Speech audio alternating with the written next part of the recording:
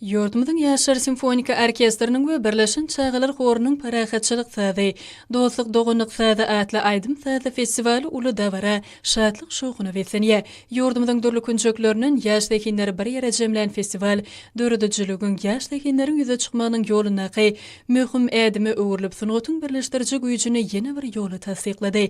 Parahatçılık sadı, dostluk doğunluk sadı atlı Aydım Sadı Festival öde işine maykuli ve adnakı Türkmen Milli Konservatoriyasının yanına Yürütü Saatçılık Mektep internatında hem Türkmen Devlet Kurcuk Tiyatrına devam etti.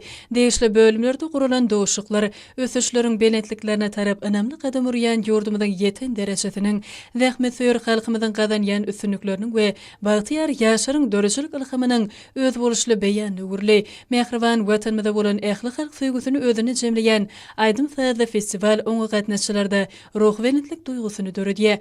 Belenşali Festivali yaş tazanalardır aydımçıların katnaşmağı, yurdumuzda ösüp gelyen yaş nesillerin çeper dörücülüğü ve milli sunuğutu olan suygusunun yokurlun yanını kemde yurdumuzda zehini çağılın ve yaşlan dörücülüğünün ösürülmöne ayrıtın üns berliyenliğine alamatlanır ya. Yaşacık artistlan yerini itiren acayip şığırları saz bilen utkoşup davara katnaşılan kalbine yakımlı duygular uyurdu.